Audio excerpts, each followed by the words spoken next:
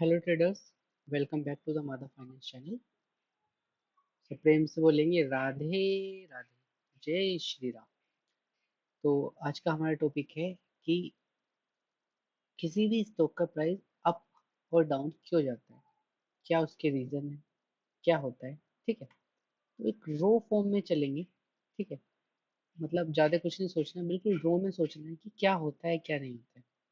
मैं एक बार white board खोल लेता हूँ, ब्लैक बोर्ड खोल लेता हूँ। ठीक है, यहाँ पे देखते हैं। अब सपोज करो आप एक जो है आपके पास क्या है, आप मार्केट जाते हैं। ठीक है, आप गए मार्केट और आप क्या खरीदने गए हैं। सपोज टमाटर खरीदने गए। ठीक है, टमाटर खरीदने गए आप मार्केट में, और खरीदने वाले हैं 100 लोग, या 3 लोग हैं, 4 5 लोग हैं जिन्हें टमाटर चाहिए। ठीक है, ये है आपका जो शॉप है टमाटर वाली, ये उसके पास केवल है लिमिटेड टमाटर। सपोज 1 kg उसके पास टमाटर है। आपको चाहिए हाफ के जी, आपको चाहिए, किसी को 1 kg चाहिए, कोई केवल 1 ग्राम में खुश हो जाएगा, किसी को 2 ग्राम चाहिए, किसी को 5 kg चाहिए।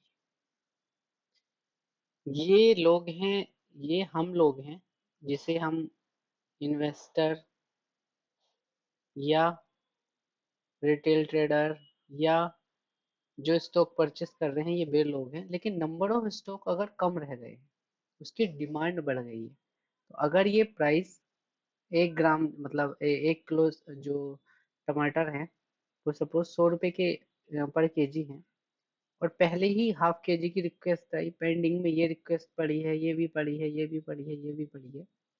तो ये लोग आए इसलिए क्योंकि इन्होंने देखा कि 100 जो है प्राइस है, आपके पास तो क्वांटिटी कम रह गई। आप क्या करेंगे, इसका प्राइस बढ़ाना शुरू कर देंगे। क्या भैया, अब इसका प्राइस 200 है, आपको लेने के लिए तैयार है? हाँ, अभी भी तैयार है। अब इसका प्राइस 500 है, क्वांटिटी कम होती जा रही है। समझ रहे हो आप मैं क्या कहना चाह रहा हूँ? कहने का मतलब ये है कि रियल टाइम पे अगर कोई कंपनी, सपोज टीसीएस है, उसके 1 लाख शेयर हैं, जिसने एनएससी में रजिस्टर किया है खुद को 1 लाख शेयर पे। ठीक है, और अभी एनएससी में सपोज करो 1 लाख में से किसी ने कोई शेयर नहीं खरीदा, तो उसका प्राइस क्या होता रहेगा, डिक्रीज। सपोज वो रजिस्टर हुई थी 100 रुपये पर शेयर के प्राइस पे, डिमांड आ गई 1000 शेयर की। ठीक है, तो प्राइस अप होने लगेगा। सारा खेल है demand and supply.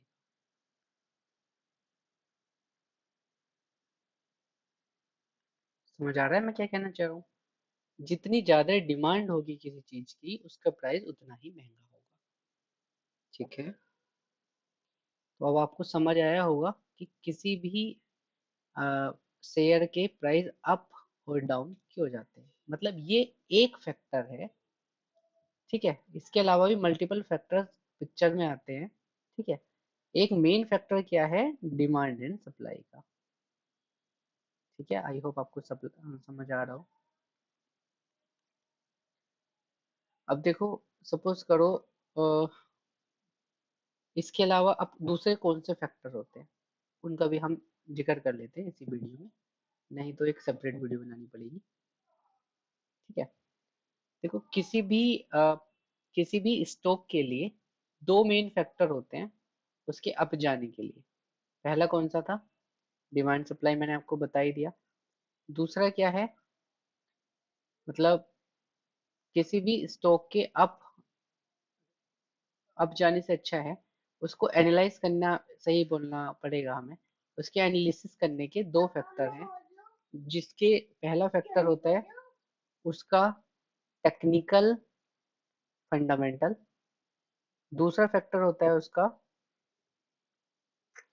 Fundamental analysis.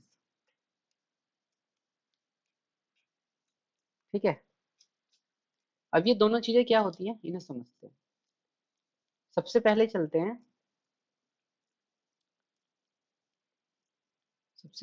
हैं, टेक्निकल एनालिसिस पे।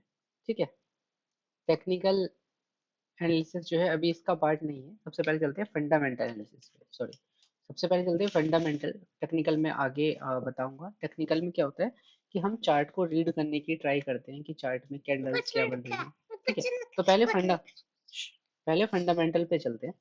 तो फंडामेंटल क्या है कि सपोज करो अभी कोविड आया, है ना, अभी रिसेंटली आपने देखा होगा कोविड पिक्चर में आया।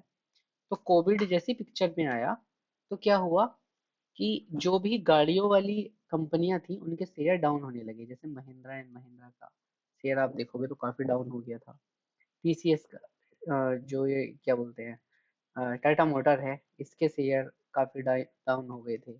ठीक है, लेकिन उसी समय पे अगर आप देखो तो जो भी मेडिकल की कंपनियां हैं उनके शेयर अप होने लगे हैं। समझ पा रहे हैं आप मैं क्या कहना चाह रहा हूँ? जैसे एक कंपनी थी जूम, जिसने एक वीडियो कॉलिंग का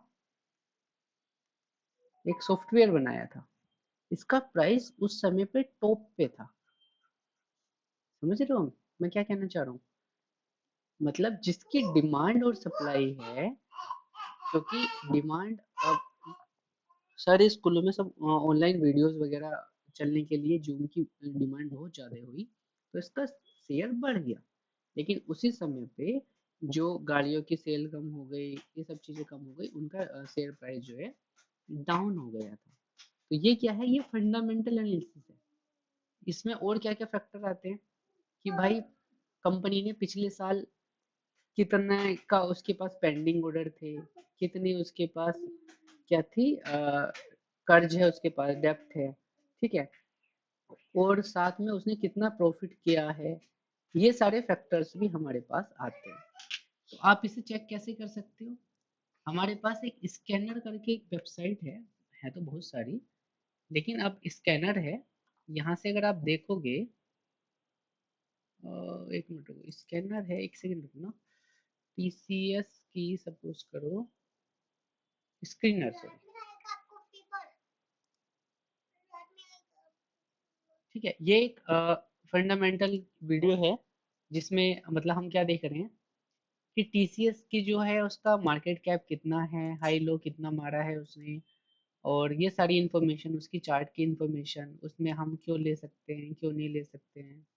ठीक है, यहाँ पे आप देखोगे ना उसकी क्वार्टरली रिजल्ट उसने दे रखी है कि 2020 में उसने कितना सेल किया, कितने एक्सपेंस किए, कितना प्रॉफिट बुक किया उसने। ये सारी इंफॉर्मेशन, ये क्या है, फंडामेंटल एनालिसिस, किसी भी कंपनी की फंडामेंटल एनालिसिस। अगर सपोज करो आप किसी टाटा की कंपनी पे कोई आप स्टॉक लेना चाह रहे हैं, ठीक है, तो आप दो तरह से आप ले सकते हैं, फंडामेंटल या टेक्निकल, जैसे मैंने आपको पहले बताया। तो फंडामेंटल क्या बोलता है कि सितंबर 2023 का रिजल्ट ये बोलता है कि उसने जो प्रॉफिट बुक किया है वो 15,746 करोड़ के आसपास उसने प्रॉफिट बुक किया है, जो कि पिछले साल से बढ़ा है। ठीक है, उससे पहले साल से भी कम रहा है। देख रहे हो, ये उसका कंटिन्यूस प्रॉफिट है। डेप्रिसिएशन लगभग इतना चल रहा है, ठीक है, इंटरेस्ट इतना चल रहा है, और अदर इनकम से उसने इतना प्रॉफिट किया है। टैक्सेस 26% है। तो ये एक जो है क्वार्टरली रिजल्ट है। ये प्रॉफिट एंड लॉस का एक ओवरऑल आ गया। ठीक है, तो रिटर्न और इक्विटी कितना दे रहा है 10 साल में, जिसने उसमें इन्वेस्ट किया वो 39% दे रहा है। लास्ट ईयर में केवल उसने 47% दे दिया है। तो इस बिहाफ पे आप ये डिसाइड कर सकते हैं कि किसी भी स्टॉक में आपको मतलब कौन अपने लिए एक अच्छा स्टॉक आप चुन सकते हैं। ठीक है, यहाँ से आप अलग अलग कंपनियों को सर्च कर सकते हैं। ठीक है, तो ये जो सारा सेक्शन है ये किस में आता है, आपके फंडामेंटल एनालिसिस में। ठीक है, आई होप आपको समझ आया हो। अब आगे नेक्स्ट वीडियो में इसके आगे का पार्ट लेके आते हैं। ठीक है, पसंद आया हो तो please like our video and don't forget to subscribe. Thank you, have a nice day ahead, bye bye, Radhe Radhe.